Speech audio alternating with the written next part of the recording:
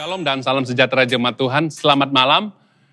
Puji Tuhan karena kita pada malam hari ini kita masih memberikan masa dan waktu yang terluang, untuk datang beribadah kepada Tuhan. Dan juga buat teman-teman yang baru melihat live ini, saya ingin mengalu-alukan selamat beribadah buat saudara-saudari yang saya kasihi dalam Tuhan. Amin. Dan mari saudaraku, sebelum kita mendengarkan firman Tuhan, mari kita mempersiapkan hati kita untuk mendengarkan, memberi kepada Tuhan dan mendengarkan firman Tuhan. Amin. Dan saya akan berdoa untuk firman Tuhan dan juga uang persembahan yang kita akan beri sebentar. Mari kita berdoa. Bapa kami dalam kerajaan sorga, kami sangat bersyukur Tuhan buat pada malam hari ini kami sudah datang dalam hadirat-Mu dengan memuji, menyembah Engkau. Dan tiba waktunya Tuhan kami mau memberi yang terbaik kepada Engkau. Biarlah kami beri dari hati kami, berkati mereka Tuhan yang memberi. Di dalam nama Tuhan Yesus. Juga firman-Mu yang kami akan dengar, biarlah firman ini benar-benar tertanam dalam hati kami, untuk kami bisa mengerjakan keluar perkataan firman-Mu dalam kehidupan kami. Terima kasih Tuhan, terima kasih Bapa, kami mau serahkan firman-Mu pada malam hari ini ke dalam tangan-Mu. Dalam nama Bapa, Anak dan Roh Kudus kami sudah berdoa dan mempersiapkan hati kami untuk firman-Mu dan pemberian. Haleluya. Semua yang percaya katakan, amin. Haleluya. Puji Tuhan. Haleluya. Minggu lalu kita belajar tentang iman yang tidak berguna, iman yang kosong, iman yang sia-sia. Tapi hari ini kita belajar tentang iman yang berguna harus menghasilkan transformasi. Maksudnya menghasilkan perubahan sama ada di dalam hidupmu atau terhadap orang lain. Kita baca di dalam Yakobus pasal 2 ayat yang ke-19 hingga yang ke-20, Yakobus 2, 19 hingga yang ke-20. Firman Tuhan berbunyi demikian, engkau percaya bahwa hanya satu Allah saja, itu baik. Tetapi setan-setan pun juga percaya akan hal itu dan mereka gemetar. Hai manusia yang bebal, maukah engkau mengakui sekarang bahwa iman tanpa perbuatan adalah iman yang kosong? Saudaraku yang seiman dalam Tuhan, tidak cukup kita percaya dengan Allah. Dan kita katakan pada minggu lalu, tanpa perbuatan iman kita adalah kosong, mati. Dan firman Tuhan mengatakan bahwa orang seperti ini adalah orang yang bebal, orang yang bebal. Dan kalau kita lihat dalam ayat ini, bahwa setan-setan juga percaya akan Tuhan dan gemetar. Namun mereka adalah pembuat kejahatan dan jauh sekali memiliki iman kepada Tuhan. Amin, karena kita tahu bahwa setan ini, roh-roh jahat ini, pemerintahan kuasa kegelapan ini adalah untuk merusak dan untuk mempengaruhi kita. Untuk kita tidak mengerjakan keluar iman kita. Amin. Walaupun iman ini percaya akan Tuhan dan mereka takut dengan penghakiman yang akan datang pada mereka. Tapi saudaraku, bagi kita, kalau kita percaya dan memiliki iman di dalam Tuhan, tapi tanpa perbuatan, apa bezanya saudara dengan setan-setan? Sama saudaraku. Jadi sudah pasti iman yang kita miliki itu adalah iman yang tidak berguna. Iman yang tidak berguna bermula itu karena kita tidak dapat mengontrol ataupun mengendalikan lidah kita. Kalau kita baca di dalam Yakobus 1 ayat 26, jika ada orang yang mengira bahwa ia sedang beribadah tetapi tidak mengekang lidahnya ataupun mengontrol lidahnya, ia menipu diri sendiri, maka sia-sialah ibadahnya. Orang yang tidak mengontrol lidahnya, sudah pasti imannya itu iman yang kosong, yang sia-sia. Dan apa yang kita kerjakan, dan ketika kita datang beribadah, firman Tuhan mengatakan bahwa ibadahmu itu adalah ibadah yang sia-sia. Karena lidah yang tidak terkendali, lidah yang tidak bisa terkontrol, biasanya kita banyak mengeluarkan kata-kata yang negatif. Kita suka menghibur orang lain, kita suka menyenangkan hati orang lain, tapi dengan kata-kata yang menipu, kata-kata yang jahat, sehingga tujuan saudara adalah saudara diterima dan orang lain dipersalahkan. Kata-kata yang mengguris hati orang lain, kata-kata yang suka mengumpat, atau dikatakan dalam yaitu kata-kata yang negatif. Saudaraku, jadi kata-kata yang penuh dengan yang negatif, itu juga berkata dengan kata-kata yang kita keluarkan itu penuh dengan keraguan, kata-kata keluhan, fitnah, dan kata-kata yang suka menghakimi, kata-kata yang sombong akan diri mereka sendiri. Ini adalah kata-kata negatif yang jika kita tidak kengkang lidah kita, pasti ia membuat ibadah kita sia-sia. Jadi ini kenapa hal ini bisa berlaku? Ini karena di dalam hati kita ada perasaan yang mungkin tidak puas hati dengan Tuhan, atau tidak puas hati dengan pemimpin atau kepada orang lain. Sehingga kita mengeluarkan kata-kata kemarahan, cercahan, dan terhadap orang lain. Kata-kata keluhan, rungutan, terus menerus mempersalahkan Tuhan, orang dan orang di sekitar kita. Membuat supaya orang lain dipersalahkan, kita dibenarkan. Ini dia. Makanya saudaraku, kita perlu perhatikan. Kalau iman kita tidak bertumbuh, iman yang tidak berguna adalah orang yang kita bisa dapat melihat buktinya melalui perkataan mulutnya. Sama ada orang itu adalah orang yang beriman atau tidak. Kalau kita tanya sesuatu, apa yang keluar dari mulutnya dengan perkataan lidahnya itu kata-kata sungutan, kata-kata rungutan, kata-kata keluhan. Ini adalah orang-orang yang tidak beriman, saudaraku. Jadi kita harus sentiasa mengucapkan kata-kata syukur, bukan kata-kata fitnah, kata-kata yang tujuan untuk menjatuhkan dan mempersalahkan orang lain, kata-kata yang cepat menghakimi orang lain dan mempersalahkan orang lain. Karena hal-hal yang mereka lakukan juga mungkin. Kita suka menghakimi orang yang jatuh dalam dosa. Padahal balok di matamu engkau tidak lihat. Selumbar di mata orang engkau lihat dan engkau suka mengatakan yang buruk tentang orang lain. Saudaraku dengar, adakah saudara setiap kali bertemu dengan teman-teman, saudara suka mengatakan orang lain, suka memburukkan orang lain. Kadang-kadang kita katakan kepada orang lain, ini saya kasih tahu saja ya, saya tidak ada maksud lain. Tapi sebenarnya saudara mengeluarkan kata-kata ini kepada orang itu. Maksudnya kamu mau supaya orang yang kita katakan itu bersalah dan saudara dibenarkan. Makanya saudara yang siman dalam Tuhan, semua ini yang kita katakan keluar ini, yang lahir dari mulut, yang keluar dari mulut kita itu karena di dalam perbendaharaan hatinya ada hal yang jahat. Maka ucapan bibirnya adalah apa yang jahat. Mari kita baca di dalam Matius pasal yang ke-12 ayat yang ke-35. Bunyi firman Tuhan, orang yang baik mengeluarkan hal-hal yang baik dari perbendaharaannya yang baik. Dan orang yang mengeluarkan hal-hal yang jahat dari perbendaharaannya yang jahat. Matius 12:36, saya teruskan dan ayat ke-37. Tetapi aku berkata kepadamu, setiap kata sia-sia yang diucapkan orang harus dipertanggungjawabkan pada hari penghakiman. Karena menurut ucapanmu engkau dibenarkan dan menurut ucapanmu pula engkau akan dihukum.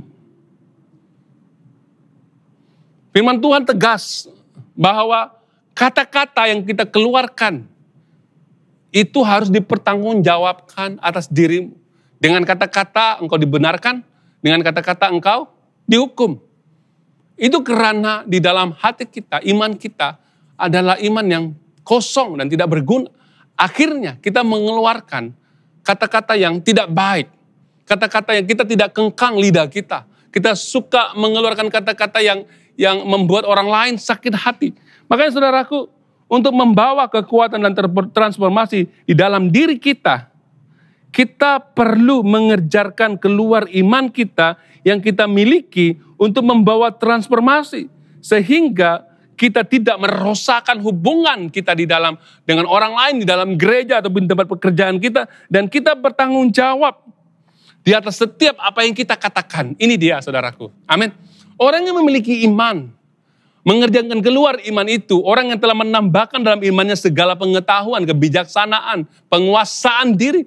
Mereka mampu menguasai lidah mereka dan tidak mengatakan hal yang jahat. Tetapi menggunakan lidah mereka untuk bersyukur dan memuji Tuhan. Amin saudaraku, ini dia sehingga kita bisa membawa transformasi bukan saja dalam diri kita, tetapi orang-orang yang ada di sekitar kita. Makanya saudaraku yang seiman dalam Tuhan, kita jangan suka berbicara yang negatif tanpa memikirkan kesan pada diri kita dan kepada orang lain. Dan Tuhan mengatakan bahwa apa yang saudara bicarakan itu akan dihakimi oleh Tuhan. Amin. Makanya saudaraku yang seiman dalam Tuhan, firman Tuhan mengatakan kalau ada iman kita, perbendaharaan baik dari dalam diri kita, pasti kita akan mengeluarkan hal-hal yang baik. Tetapi kalau dalam diri kita itu jahat, maka kata-kata yang kita keluarkan itu adalah kata-kata yang jahat. Amin saudaraku, mari kita pikirkan. Orang yang memiliki iman yang tidak berguna, itu karena mereka ketika mereka menerima sesuatu yang mereka dengar, mereka tidak pertimbangkan dalam hati. Ini bahaya. Makanya kalau kita memiliki iman, kita tahu bahwa apa yang kita dengar, kita pertimbangkan dalam hati. Tetapi orang yang tidak memiliki iman di dalam Tuhan, ketika mereka mendengar, mereka tidak pertimbangkan. Sehingga mereka tidak tahu menilai mana hal yang benar, mana hal yang gosip, mana hal yang menjatuhkan orang lain. Kita hanya menerima dan mudah emosi dan membuat kita terus menunjuk dan mempersalahkan orang lain. Ini bahaya saudaraku. Jadi di persekitaran kita, apa yang kita dengar, bicara, pastikan ia adalah kebenaran. Kita perlu pertimbangkan dan jangan mengambil keputusan dengan segera. Karena itu akan mempengaruhi emosimu. Jika kita mendengar contoh orang lain berbicara tentang mungkin menjatuhkan, memburukkan kita dan kita dengar dari orang lain. Apa yang saudara perlu lakukan? Kita dengar, kita pikirkan, kita nilai. Dan barulah kita bisa bertindak. Supaya perkataan yang keluar dari mulut kita itu bukan kata-kata yang menyakitkan, kata-kata yang salah. Karena kita tidak dapat menilai hal-hal yang gosip daripada orang-orang yang di sekitar kita tentang sesuatu. Makanya saudaraku seiman dalam Tuhan, jika perkataan ini masuk ke dalam telinga kita, apa yang perlu kita lakukan adalah kita harus memikirkan dan menyelidiki maksud perkataan itu supaya kita tidak mengambil keputusan yang salah dan mengeluarkan dari kata-kata jahat dalam perbendaharaan hati kita. Supaya kita dapat menepis perkataan negatif yang masuk dalam hati kita supaya kita tidak mempengaruhi iman kita. Bayangkan saudaraku, kalau kita mendengar hari-hari perkataan yang negatif masuk, ia pasti akan membuat iman kita terbantut dan tidak bisa bertumbuh. Kenapa saudaraku? Karena kata-kata yang keluhan yang datang, kata-kata gosip yang datang, kata-kata yang buruk tentang orang lain yang masuk dalam telinga kita, kata-kata yang menyakitkan hati kita, mungkin juga tentang masalah kita. Makanya saudaraku, kita harus menyelidiki perkataan ini. Supaya kita tidak mengeluarkan perkataan yang jahat yang keluar dari mulut kita. Karena perbendaharaan hati kita sudah jahat, dipengaruhi oleh kata-kata yang jahat. Hati kita jahat sebab kita mendengar hal yang jahat. Hati kita menjadi baik sebab kita mendengar hal yang baik. Kalau kita mendengarkan banyak perkataan Tuhan, banyak kata-kata dorongan, maka hati kita menjadi hati yang baik dan perbendaharaan. Kata yang keluar daripada perbendaharaan hati kita adalah kata-kata yang baik, saudaraku. Ini dia. Jadi sudah pasti pada saat kita memikirkan dan menepis semua perkataan yang kita dengar dalam hati kita, sudah pasti kita hanya mendengar hal yang benar, hal yang mulia, hal yang suci, yang manis. Dan semuanya itu patut dipuji. Sudah pasti kata-kata yang penuh dengan ucapan syukur, iman, pujian, kasih karunia, cinta, syukur, dan mengalir itu dalam hati kita. Ketika kita bisa menilai kata-kata yang masuk dalam hati kita, dalam telinga yang kita dengar, ini membuat iman kita menjadi iman yang berguna, saudaraku.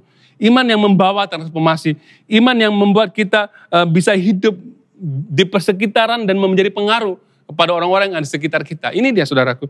Kalau kita baca di dalam Filipi pasal 4 ayat ke-8, dengar baik-baik, akhirnya saudara-saudara semua yang benar, semua yang mulia, semua yang adil, semua yang suci, semua yang manis, semua yang sedap didengar, semua yang disebut kebajikan dan patut dipuji, semuanya itu. Amin. Jadi ini dia, saudara-saudara semua yang benar, yang mulia, yang adil dan suci. Apa yang kita dengar dan kita bisa nilai. Dan kita bisa menepis perkataan yang jahat, yang dibawa oleh suara-suara iblis melalui orang yang ada di sekitar kita. Ini sangat penting saudaraku, supaya kita bisa mengekang lidah kita. Supaya ketika kita datang beribadah, kita menjadi orang-orang yang diterima oleh Tuhan. Karena setiap perkataan saudara itu akan dihakimi. Perkataan saudara itu membuat saudara dibenarkan atau dihakimi menurut firman Tuhan. Makanya kalau kita tahu bagaimana menilai perkataan yang masuk dalam telinga dan masuk ke dalam hati kita, hidup kita, Makanya kita hanya mau mendengar, kita dapat menilai dan kita hanya dapat mendengar hal-hal yang manis, hal-hal yang mulia, yang adil, yang suci, yang sedap didengar. Dan semua yang disebut kebajikan yang patut dipuji, saudaraku. Ini dia. Maka saudaraku, di dalam kita tahu bahwa iman yang tidak berguna tidak akan melatih kita berterima kasih dan mengucap syukur. Makanya saudaraku, mari perhatikan. Adakah kita orang yang beriman dengan sentiasa mengucap syukur? Mengucap syukur dalam pekerjaanmu, mengucap syukur dalam pelayananmu, mengucap syukur ketika engkau menghadapi situasi yang sulit, mengucap syukur ketika engkau sakit, mengucap syukur ketika engkau dalam keadaan yang dalam keadaan diberkati Tuhan, dalam apa segala sesuatu yang kau terima, yang kau hadapi, engkau sentiasa mengucap syukur. Inilah iman yang strong, iman yang kuat. Saudara kasih iman dalam Tuhan, kita baca dalam 1 Timotius pasal 5 yang keempat, tetapi jikalau seorang janda memiliki anak cucu, mereka pertama-tama belajar berbakti kepada keluarga sendiri dan membalas budi orang tua dan nenek mereka, karena itulah yang menyenangkan kepada Allah. Kalau kita baca dalam 1 Timotius 5 ayat 4 nih, orang yang mengucap syukur, dia tahu menjalankan tanggung jawabnya, berterima kasih dengan orang yang pernah, maksudnya yang pernah, mungkin dalam ayat ini adalah orang tua. Oke, orang tua kita. Adakah kita mengucap syukur, tahu mengucap syukur, berterima kasih kepada mereka yang telah membesarkan kita? Dalam ayat firman Tuhan di sini bahwa orang yang bersyukur, tahu bersyukur kepada pengorbanan orang tua. Yang dikatakan dalam ayat ini, jikalau seorang janda memiliki anak cucu, mereka pertama-tama belajar berbakti kepada keluarga sendiri dan membalas budi orang tua dan nenek mereka. Berbakti, orang yang beriman, mengaktifkan imannya, dia tahu bagaimana mengucap syukur dan berbakti kepada keluarganya. Ini perintah Tuhan. Berterima kasih, mengucap syukur kepada pengorbanan orang tuamu yang telah membesar, melahirkan, memberikan engkau segala sesuatu yang engkau perlukan di dalam pertumbuhanmu sebagai seorang anak sehingga saudara menjadi orang yang dewasa. Saudaraku, kita ketahui bahwa sebelum orang tua kita menjaga, mengajar, mendidik kita sampai pada hari ini, sekarang mereka sudah tua, lemah, mereka membutuhkan saudara. Orang tua kita pada waktu ini sudah lanjut usia, sudah lemah, perlukan saudara berbakti, menunjukkan saudara mengucap syukur. Ini dia saudaraku, sangat penting. Persoalannya adakah iman kita berguna dan tahu mengucap syukur terhadap keluarga kita sendiri? Berapa ramai yang membiarkan orang tua mereka tanpa diperhatikan. Mereka hanya mau harta daripada keluarga mereka, daripada orang tua mereka, lepas itu mereka membiarkan orang tua mereka hidup merana tanpa diperhatikan kehidupan mereka. Mereka lebih berbakti kepada apa yang mereka kerjakan daripada datang melihat keperluan orang tua. Buat jemaat Tuhan, mari kita perhatikan hal ini. Adakah kita memperhatikan dan mengucap syukur kepada orang tua kita? Saudara-saudaraku yang seiman dalam Tuhan, adakah kita menyatakan rasa syukur kita kepada mereka dengan membalas budi mereka dan berbakti kepada mereka? Bagi seorang anak, saudaraku, yang bersyukur dan tahu membalas budi terhadap orang tua yang banyak membimbing, mengajar arti kehidupan dan juga mendidik kerohanian kita, kita pasti datang dan bersyukur dan melakukan dan memenuhi keperluan orang tua kita, saudaraku. Ini sangat penting. Ini cara kita beribadah yang benar di hadapan Allah. Dengan kata-kata mereka yang diucapkan di dalam ibadah. Maksudnya kalau kita orang yang tahu mengucap syukur, maka di dalam ibadah juga kita tahu mengucap syukur. Amin. Kalau kita tidak mengucap syukur di atas orang tua kita, dan kita tidak berbakti dan memenuhi keperluan mereka, bagaimana kita datang beribadah, mau berbakti dan mengucap syukur kepada Tuhan? Saya rasa ini hal yang bertentangan. Tidak mungkin kita katakan haleluya, puji Tuhan, kesendakan orang tua kita dalam keadaan yang merana. Firman Tuhan mengatakan hal ini. Kamu perlu berbakti kepada orang tua kamu dengan ucapan syukur karena mereka telah menolong kamu. Ini dia membuktikan bahwa iman kita adalah iman yang tahu mengucap syukur terhadap orang yang telah memelihara dan menjaga kita. Jadi mengucap syukur, saudaraku, bukan saja kepada orang tua, tapi bersyukur dan menghormati keluarga rohani. Orang-orang yang dekat dengan kita, yang mendorong kita. Pada waktu kita belum kenal Tuhan, mereka mendorong kita, mereka memberitakan firman Tuhan, dan saudara diselamatkan, mengucap syukur. Dengan orang-orang yang di sekitar saudara yang membantu saudara untuk bangkit menjadi orang-orang Kristen yang luar biasa, saudaraku. Ini dia menghormati keluarga rohani kita. Di dalam gereja, kita ada pemimpin-pemimpin sel. Kita adalah bapak-bapak rohani, kita ada gembala, kita ada pastor, kita ada penetua dan macam skala.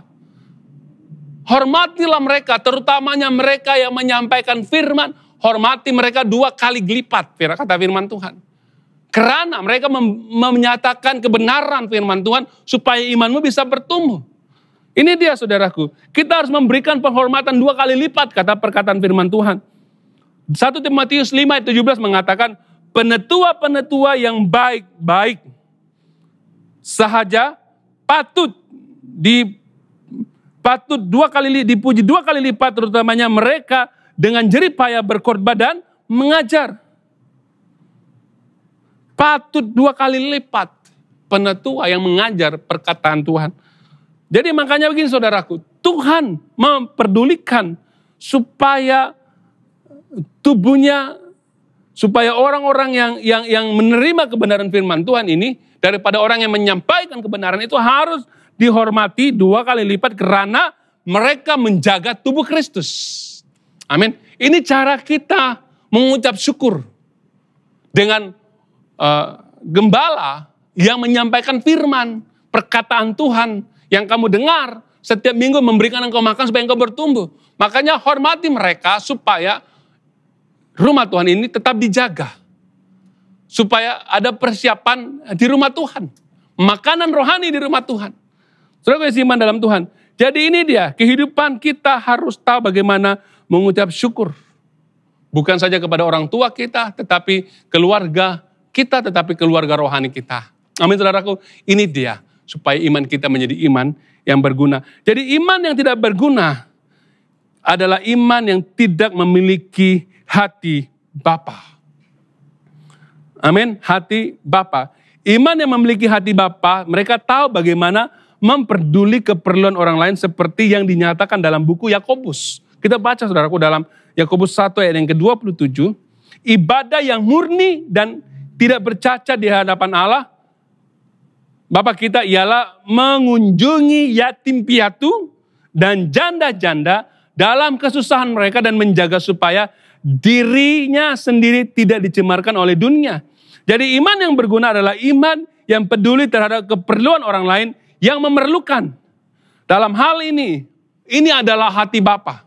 Kalau kita baca di dalam Mazmur 68 yang keempat hingga 6, bunyi firman Tuhan, bernyanyilah bagi Allah, bermazmurkanlah namanya, buatlah jalan bagi Dia yang berkendaraan melintasi awan-awan, namanya ialah Tuhan, beria-ia di hadapannya. Bagi Bapa, bagi anak yatim, dan pelindung bagi para janda. Itulah Allah di kediamannya yang kudus.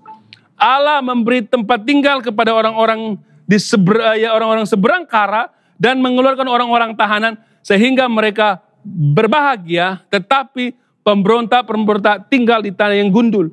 Saudaraku, kalau kita lihat dalam ayat ini bahwa Tuhan memperhatikan orang-orang yang memerlukan. Seperti yang dikatakan adalah anak yatim, janda, orang-orang yang memerlukan tempat tinggal yang sebatang kara, orang yang ditinggalkan. Makanya kalau kita tahu bahwa iman kita menjadi iman yang berguna.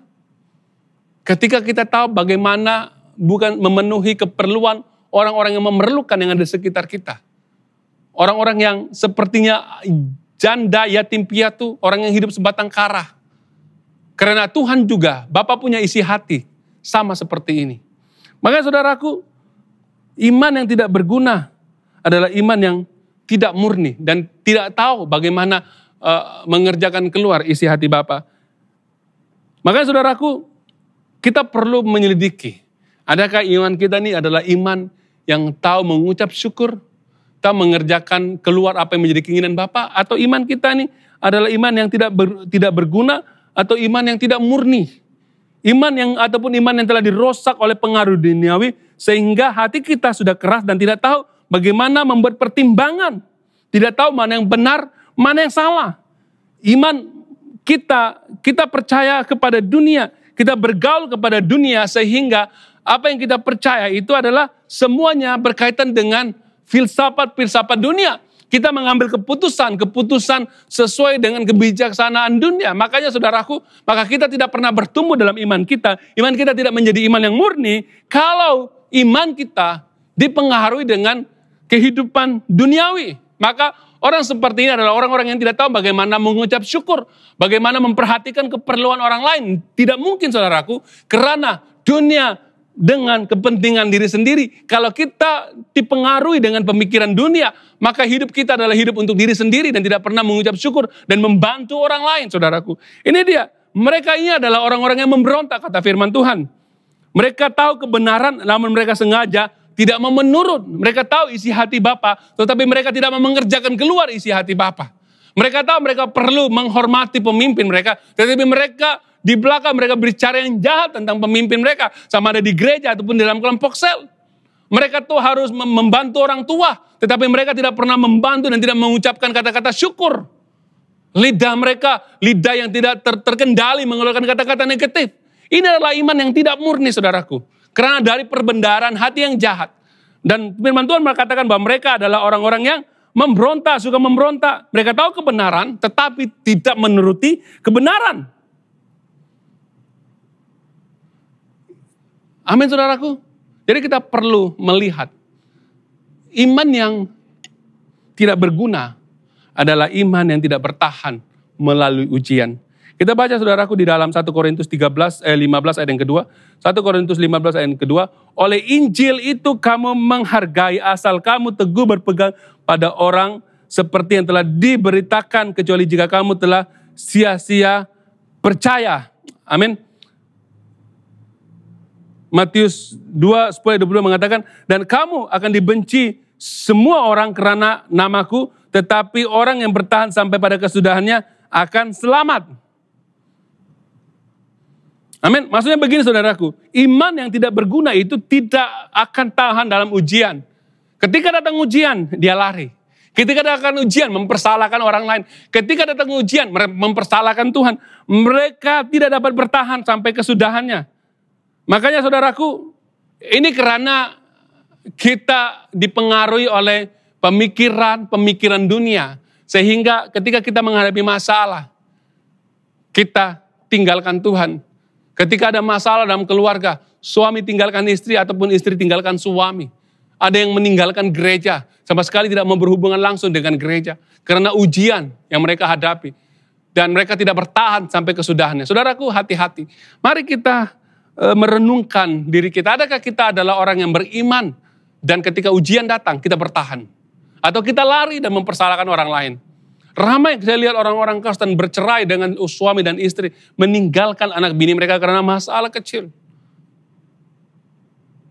Sehingga di dalam kehidupan mereka kita tidak melihat ucapan syukur yang dikeluarkan dari perbendaharaan hatinya yang baik. Saudara yang iman dalam Tuhan, kita baca dalam Ibrani 3 ayat yang ke-12 hingga yang ke-14. Ibrani 3 ayat yang ke-12 hingga yang ke-12. Ibrani 3, 12 hingga yang ke-14. Waspadalah hai saudara-saudara supaya di antara kamu jangan ada yang paling jahat dan yang tidak bisa dipercaya oleh karena ia murtad dari Allah yang hidup. Tetapi nasihatilah akan yang lain setiap hari selama masih dapat dikatakan hari ini. Jangan sampai ada di antara kamu menjadi harapan karena tipu daya dosa. Karena kita telah beroleh bagian di dalam Kristus asal saja kita teguh berpegang pada akhirnya pada keyakinan iman kita yang semula. Amin. Makanya saudaraku, iman yang tidak tahan uji, ia membuat hidup kita itu bisa melakukan hal yang jahat. Firman Tuhan mengatakan mereka itu bisa saja murtad dari Allah yang hidup. Mereka meninggalkan Tuhan. Mereka ketika mereka dinasihati, mereka tidak mau dengar nasihat. Maka firman Tuhan kalau ada masa yang katakan hari ini, jangan sampai di antara kamu kena tipu daya iblis. Maksudnya ketika kita mengalami ujian dan kita mengalami masalah, dan kita tinggalkan Tuhan, kita murtad, atau kita firman Tuhan mengatakan, kita melakukan yang jahat. Saudaraku, kita sedang memberikan kesempatan untuk iblis merosakkan hidup kita. Makanya kita perlukan iman. Jangan berpaling daripada Tuhan. Jangan mengeraskan hatimu. Dan jangan percaya hal-hal yang dari dunia yang memberikan tawaran kepadamu, akhirnya engkau jatuh kepada kebinasaan. Makanya saudaraku yang seiman dalam Tuhan, iman yang tidak berguna itu adalah iman yang tidak tahan ujian. Karena dari ujian itulah iman kita diproses menjadi iman yang strong, yang kuat. Sehingga kita bisa menghadapi hal-hal yang lebih besar, untuk kita bisa mengerjakan keluar hal-hal yang lebih besar di hadapan saudaraku. Makanya saudaraku yang seiman dalam Tuhan, mari kita selidiki, adakah iman kita ini adalah iman yang berguna, iman yang bisa bertumbuh, atau iman yang tidak berguna langsung. Mari kita selidiki hati kita saudaraku. Adakah kita orang yang sentiasa lari daripada ujian dan cobaan, sehingga kita tidak memiliki iman yang kuat di dalam Tuhan. Sehingga kita lari daripada proses di mana Tuhan ingin membentuk saudara. Makanya saudaraku yang seiman dalam Tuhan, jangan berpaling dari Tuhan ketika saudara menghadapi ujian. Disitulah iman saudara akan dikuatkan dan menjadi iman yang strong. Amin saudaraku, tetap bersemangat untuk Tuhan. Lakukan pekerjaan pelayanan, panggilan pelayananmu. Terus berharap kepada Tuhan, biarlah imanmu menjadi iman yang kuat. Belajarlah mengucap syukur kepada orang tua saudara, kepada orang-orang yang dalam gereja. Tahan uji, jangan dipengaruhi oleh pikiran-pikiran dunia, sehingga ketika masalah datang kau lari dan tinggalkan Tuhan. Amin saudaraku, tetap kuat dan bersemangat untuk Tuhan. Haleluya, mari kita berdoa. Bapa kami dalam kerajaan sorga, kami sangat bersyukur Tuhan buat firman-Mu pada malam hari ini mengajarkan kami yaitu memiliki iman yang kuat dan tidak memiliki iman yang tidak berguna, iman yang kosong, iman yang salah. Kami sangat bersyukur Tuhan karena Engkau mengajar kami bahwa untuk membangkitkan iman kami. Kami tahu bagaimana mengucap syukur, bagaimana tahu Tuhan membantu orang lain. Kami tidak lari daripada masalah, kami tidak murtad ataupun berpaling dari Tuhan. Kami tidak melakukan yang jahat, tetapi kami tetap bertahan karena kebenaran firman Tuhan.